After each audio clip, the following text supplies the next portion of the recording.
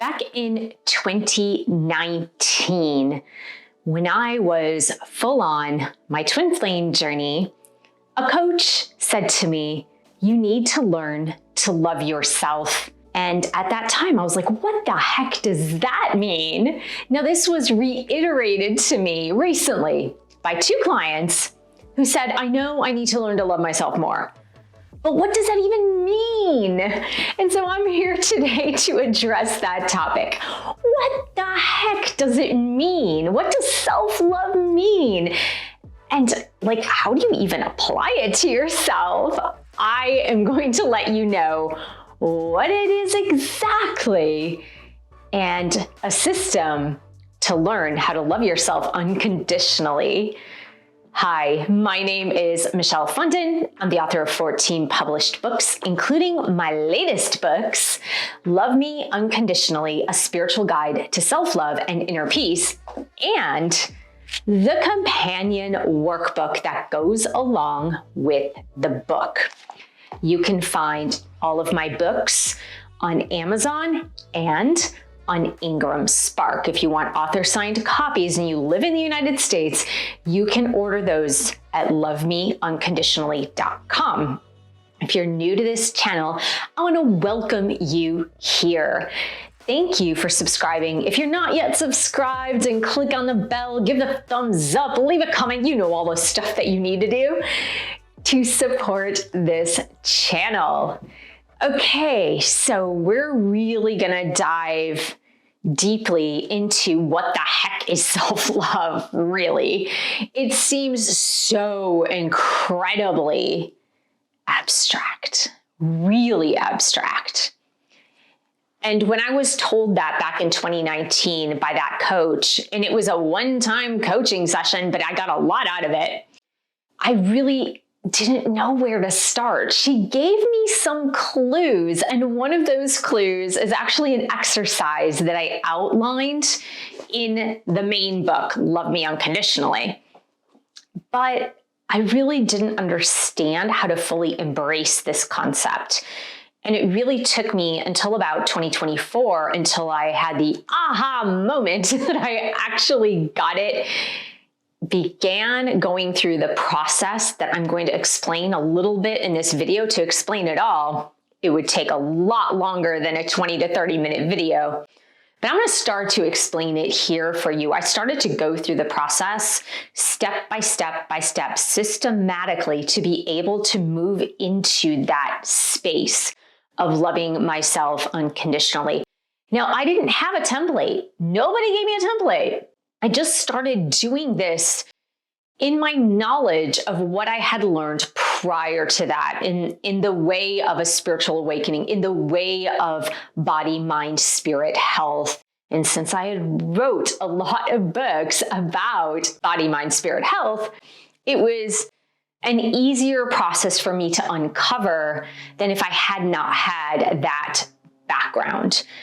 But it was an angle that I had never previously explored fully in a methodical way, in the way that I outlined it in these books. So first, what the heck does that even mean? And I think that if you understand the basis for it, you can have a roadmap to get there. I posted a video in my new show called Love Me Unconditionally, Your Self-Love Masterclass. I posted it last Thursday.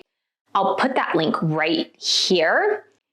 And in the first season of this show, I'm doing the 14 traits of unconditional self-love that are listed in both books. And the first principle is the integration of your body, mind, emotions, soul, spirit, but we can add to that. We can add personality, intellect, ego. We can add your environment, your extended environment, including your family, your friends, your workplace. When we look at integration, what we're looking at are all the moving parts in who I am working together in concert with each other, or are they fighting against each other? That is essentially the main problem of a lack of self-love. It's that your mind is thinking one thing, your body is doing another thing, your opinion about your body is doing another thing. Your opinion about your intellect is over here. Your ego is doing its own thing over there. You're trying to connect to your soul, but you're not really sure how to do it. And so that creates chaos, and it's inner chaos. And it's very hard to love yourself from a standpoint that is completely unconditional when the inside of you is feeling utter chaos, because then if you add those other elements to it, your emotions, your environment, your family, your work, your neighborhood, your village, wherever you happen to be, you add all of those other chaotic factors that may not be working in concert with who you are, and you're not even working in harmony with who you are, then that is the reason why we feel so divided. We feel anxious. We feel out of center. We're not centered within ourselves. We feel pulled in thousands of different directions.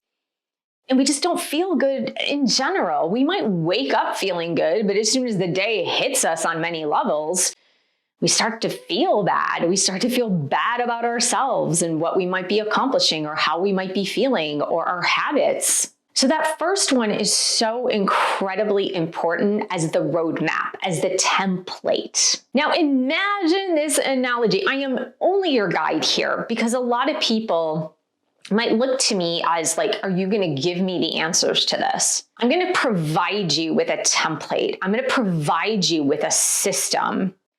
But since you are so different from me in the various aspects of yourself that might be out of balance or not working together in synchronistic harmony, that if I tell you to do A, B, or C, it might not resonate with where you are right now.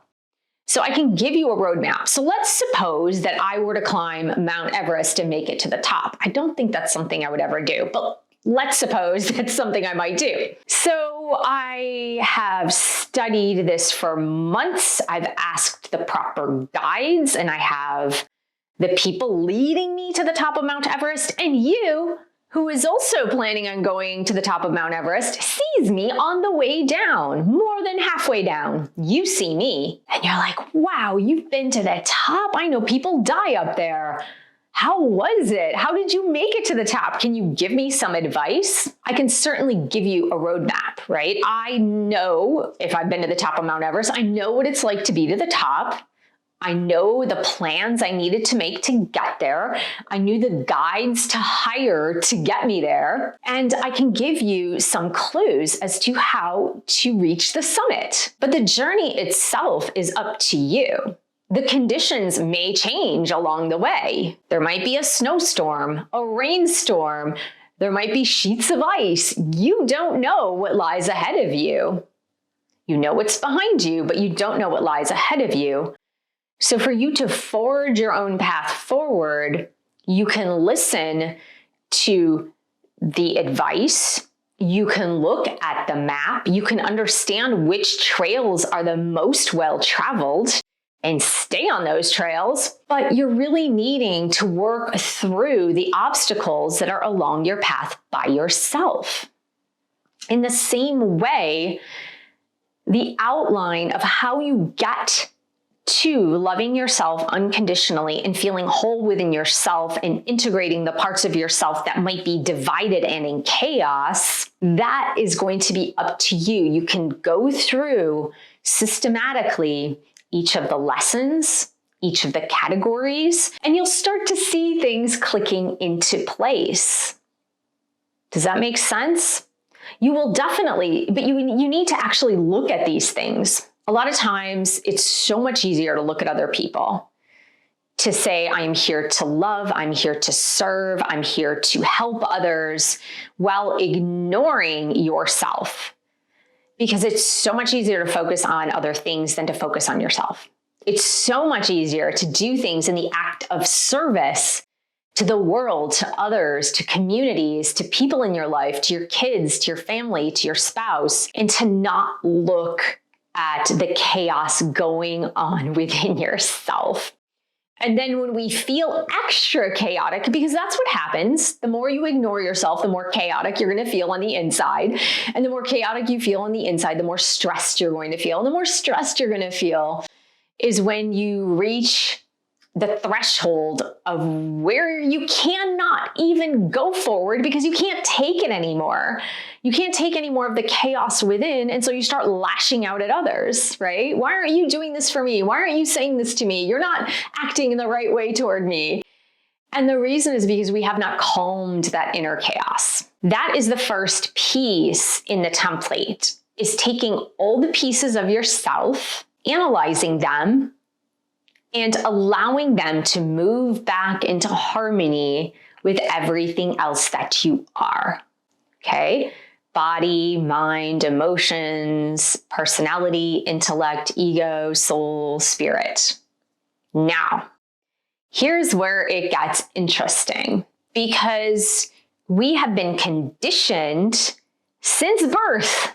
We've been conditioned in certain ways. We've been conditioned to serve others. We've been conditioned to perform for others. We've been conditioned to make others happy. And part of the process, especially in the beginning, in which I talk about finding your authentic self, part of the process is divorcing yourself from those notions that I must please others. I must make others happy. I must perform like a circus clown so that others can laugh and feel good about themselves. So the first process really, that may be conscious or subconscious, but the first process is a lot of deconditioning from what you have learned. Because if you've learned to please everyone else out there except for yourself, and you come last on your list, maybe you're on the list, you're just last on the list. That's a lot of deconditioning that has to happen. A lot of people feel at this juncture, like when they start that it's totally counterintuitive and they stop. Right?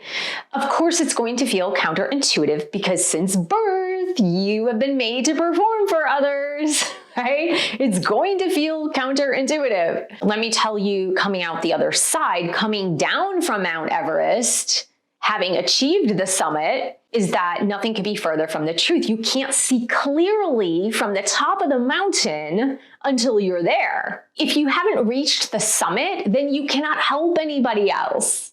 Right? If you yourself have not reached unconditional self-love, it's going to be really hard for you to love and serve others in the most authentic way possible. Not performing for others, not people-pleasing, not changing your mood, your state, or your words based on their moods, but really coming from an authentic place all the time.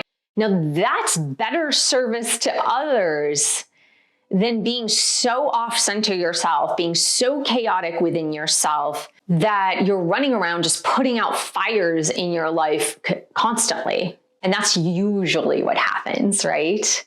We get on a roll, right? We get on a roll and we're just putting out fire after fire in our lives, accomplishing tasks, doing things, pleasing others, maybe having momentary bits of happiness or contentment along the way.